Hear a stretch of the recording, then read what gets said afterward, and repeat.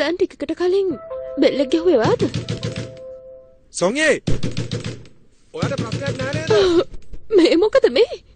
අයියෝද මාව බලන්න මෙච්චර පිරිමියා ඉන්නේ? ප්‍රශ්නයක් නැද්ද? මොකද්ද? මෙයා නිසා මොකුත් ප්‍රශ්නයක් උනේ එයා නෑ එළියට නේද? මොකද කරන්නේ? මොකද?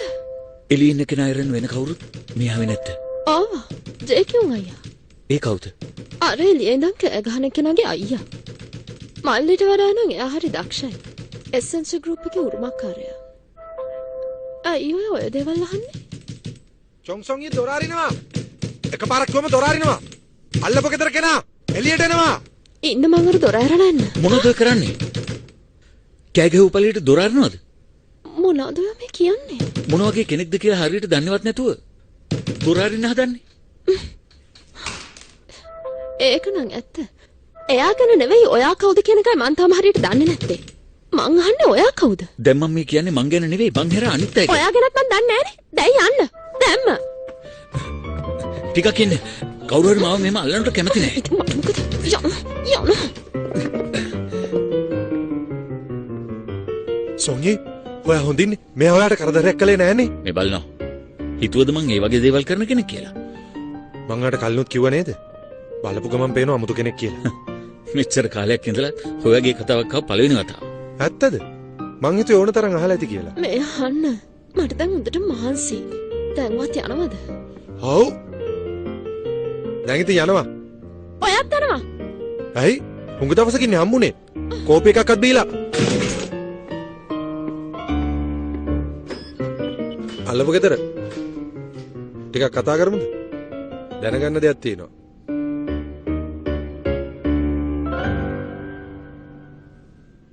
දැන් ඔයා ඉන්න අලුත් ගෙදර ඔයාගේමද? නැත්තම් බද්දටද කුලියටද? ඔයාට තියෙන ප්‍රශ්න මොකක්ද? ඒක ඔයාට අයිති එකක් නම් මං දෙගුණයක් දෙන්න. මොකද කියන්නේ? තේරුමක් නැති කතා වලින් වැඩක් නැහැ.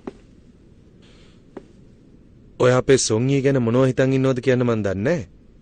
හැබැයි තවත් එයා ගැන හිතන්න ඕනේ නැහැ. තේරුණාද? ඇයි? චොංසොංගී මගේ. අන්න ඒක නිසා. ඔයාගේ නිසා? එයා ඔයාට කැමතිද? කැමැත්ත? ටිකක් වගේ. තාම තීරණයක් නැහැ. ඉක්මනට කැමති වෙයි. මං එයත් එක්ක ඉතින් ඒ ගැන වැඩි කතා කරන්න ගියේ නැහැ. මගේ සොංගීගේ සම්බන්ධය ටිකක් විශේෂ එකක්. මං එයාව දන්නේ පුංචි කාලේ ඉඳලා. අපි දෙන්න පන්ති ගියෙත් එකටමයි. මුලින්ම මල් පොකුරක් දුන්නෙත් මමයි. ගොඩක් කාලෙක ඉඳලා අපි දෙන්න අඳුරන්නේ. ඉස්සරහට උනත් එයාගේ ජීවිතේ වැදගත් දේවල් සිද්ධ වෙන්නේ මාත් එක්ක විතරයි. එයාට මොන ප්‍රශ්නයක් ආවත් මට පුළුවන් ඒ ගැන බලාගන්න. ඔයා වුණ වෙන්නේ නැහැ.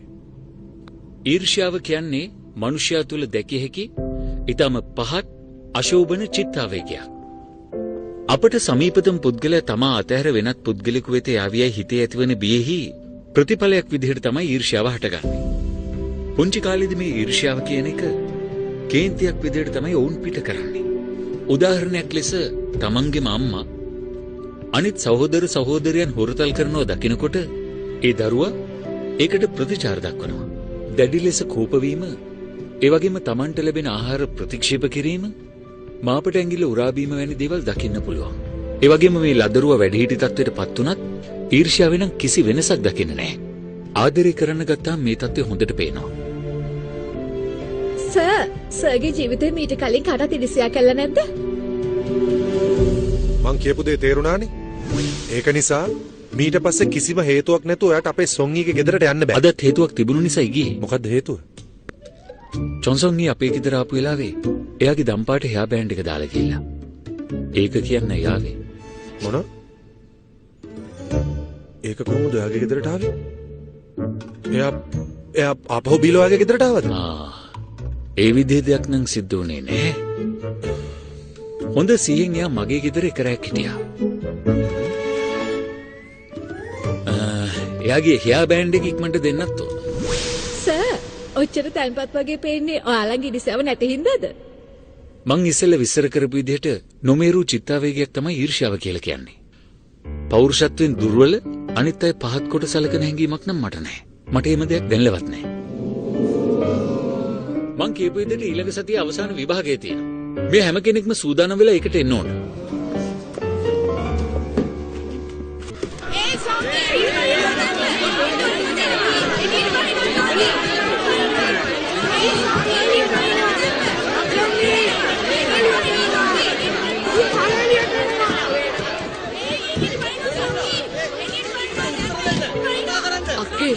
යන්න බැරි වෙයි වගේ.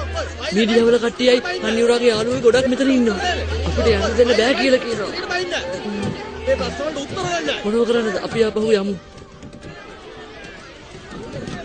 අනිවාර්යට මේක දෙන්නයි හිටියේ. මම නම් නිකන් ඉන්නේ මට ඔහොම දෙයක් වුණා නම්. මේ කොයි කියලා තමයි හිතාගෙන ඉන්නේ. මොකද මේ? මොකරි ප්‍රශ්නයක්ද? අපි දැන්ගේ දරුවට වෙන අපහාස දැක්කේ නැද්ද? ආයතනයේ ලොක්ක හැටියට ඔයා මොනවද කරන්න හිතාගෙන ඉන්නේ? මොකද ඔයා කට වහගෙන ඉන්නේ මොන හරි කියනවා. මේක සොංගිගේ අම්මේ. හැබැයි මේ අනුතුර නිසා අපේ ප්‍රතිරූප ටුකක් හානි වෙලා මේ හැම දෙයක්ම ඔයාලට ලැබුණේ සොංගි නිසා නේද? එයා සල්ලි හම්බ කරලා දෙනකොට මොනවද කිව්වේ? අපි හැමදාම එකට ඉමු. එක පවුලක් වගේ වෙන් වෙන්නේ නැතුව ඉමු. එතකොට ඔය ප්‍රතිරූපද මොකද්ද කියන එක කොහෙද දන්නේ නැහැ තිබුණේ. අම්මේ ඉන්නකෝ. මේ ගැන සාධාරණව හිතලා බලන්න. සොංගී කියන නිලියත් එක්ක තියෙන ගිවිසුම හරියටම මේ මාසෙ ඉවර වෙනවා. ඕනේ ඇත්තද? ඔය සොංගී එන්නේ? එයා ඉස්සරහට ඔය කතාවම කියන්නකෝ බලන්න. ඔයාගේ ගිවිසුම මේ මාසෙ ඉවරයි කියලා මෙයා කියන්නේ? ඇත්තටම මම මේ කියන්න හැදුවේ අපි එක කල් දාමු. මොක?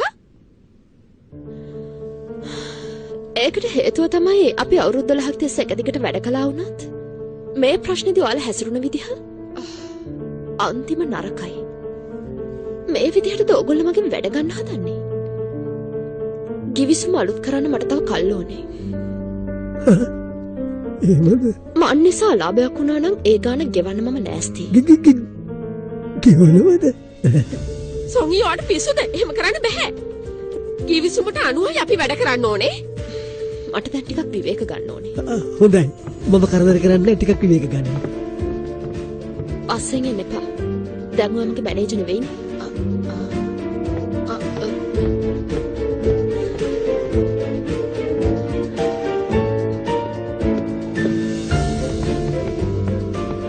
දැන් ඉතින් මොනවා කරන්නද? එයි! එයා තමයි හැමදේම කළේ. ඒයි කෙල්ලේ, ඔයාට පිස්සු හැදිලාද? ඒ තරම් ලොකු ගානක් ඔයාට ඉච්චර සල්ලි තියෙනවද? හැමදේම සිද්ධ වුණේ මන් නිසා නම් මං කොහමද ඒවා කෝඩිනේටර් එක පිටින් දාන්නේ?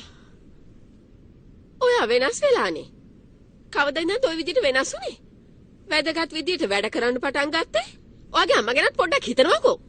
ඔයාට දැන් කමර්ෂල් ඩ්‍රාමා කිසිම දෙයක් නැහැනේ?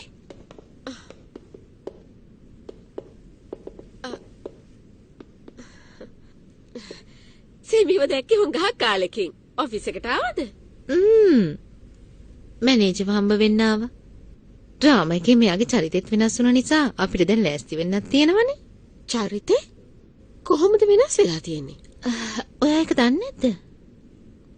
ඩ්‍රාමා එක මැද්දේදී අලුතෙන් චරිතයක් ගන්න එකත් අමාරුයිනේ. කතාව ටිකක් වෙනස් කළා.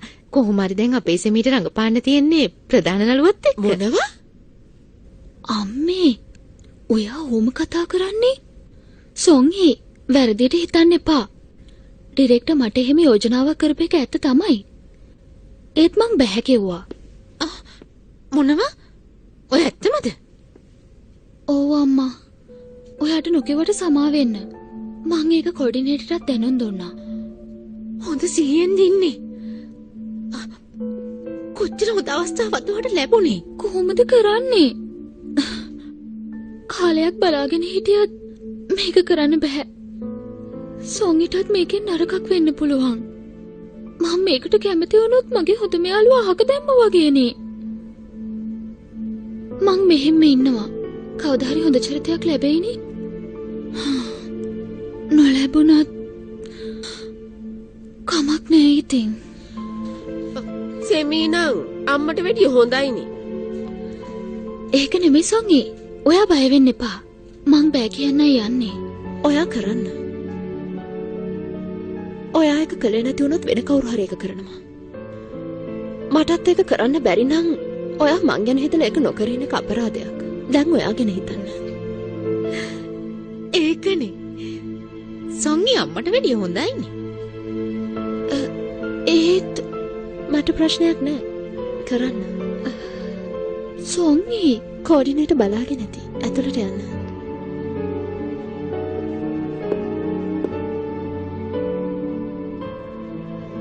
වලලු කළ තුවාරුණා කිව්ව නේද? ඉතින් ඒ අඩි උස සපත්තු දාන්නේ. ඇයි? මොකක්ද මැසේජ් එක? අම්මාව හිමේ ලිස්සල වැටිලා වලලු කරත් තුවාල වෙලා. වලලු කර මොන තුවාලයක්ද? මොකක්ද ඔයා කිව්වේ? ඇත්තටම ඔයා ඩිරෙක්ටර් එහෙම කිව්වද? එනම යන්න. අපි ගිහලා ඩිරෙක්ටර් කියමු කැමතියි කියලා. ඕනේ නෑ. මං කරනවා කියලා එයාට කිව්වා. මොනව? ඔයා දැන් එතකොට කිව්වේ ඔව්. බොරුවක් තමයි කිව්වේ. මං සොංගිට වැරද්දක්ද කළේ. සොංගි කලින් මට ඒ වැඩේ කරන්න කිව්ව තමයි. ඒත් අම්මේ සොංගි බලපු විදිහ සුබපතන බවක් නම් පෙනුන්නේ නැහැ. හැබැයි මං එයාට හැමදාම සුබපැතුවනේ. ඒක තමයි. එයා හැමදාම හිතුවේ ඔයාට උදව්කාරයා කියලානේ. එයා ඔයාට හොඳ යාළුවෙක් කියලා දවා හිතන්නේ. මේ පාරවත් ඔයාට පෙන්වන්න ඕනේ ඔයාටත් ප්‍රධාන චරිත කරන්න පුළුවන් කියලා.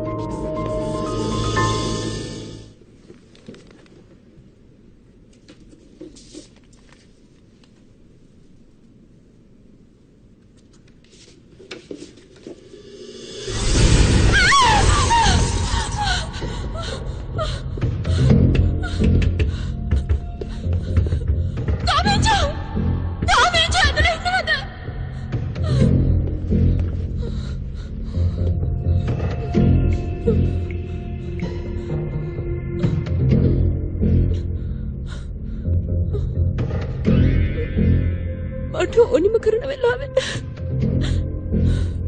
කොහෙ ගින්ද යා? කොහෙ ගියාද කියලා දන්නේ එක පාර්ට මෙයා මගේ කාර් එකෙන් පැනලා දිව්වා. අඩුම ගානේ මට යන තැනවත් කියන්න තිබ්බා. මම කවදාවත් නීති කඩ කරන කෙනෙක් නෙමෙයි කියලා ඔයා දන්නවනේ. කොහොම හරි අන්තිමට දඩ ගෙවන්නත් සිද්ධ වුණා. එයා නිකන් සාක්ෂිකාරයෙක් නිසා බලෙන් ගෙන්නන්නත් බෑ. අපි යාට නීත්‍යානුකූලවම දන්නවමු. ඒ වුණාට මං කොච්චර කල්පනා කරත් මගේ ඉස්සරහා හිටියේ මීදුම වගේ අතුරුදහන් වුණා. හරියට නිකන් මායාවක් වගේ. එයා ළඟ තියෙන ගොඩනැගිල්ලකට ගියා වෙන්න බැරිද? ඒක බොහොම පොඩි කාලයක් නේ. සමහර විට මම මේ කියන්නේ CCTV කැමරා වලින් බැලුවොත් හොඩුවක් හොයාගන්න පුළුවන් වෙයි. පුදුම වැඩක් නේ. හොල්මනක්ද? ඇයි ඔබතුමා බයද? මේකයි ඊරත් අද වැස්සට මාව හොඳටම තෙමුණනේ. මේ මිනිස්සයා මොන වගේ කෙනෙක් වෙන්න පුළුවන්ද? මම ටිකක් හොයලා බැලුවා. එයා සාමාන්‍ය කෙනෙක් නන් නෙමෙයි. ඇයි මොකද? සෑහෙන්න වත්කම් ප්‍රමාණයක් එයාට තියෙනවා. ලොකු සමාගමකටවත් නැති තරම්.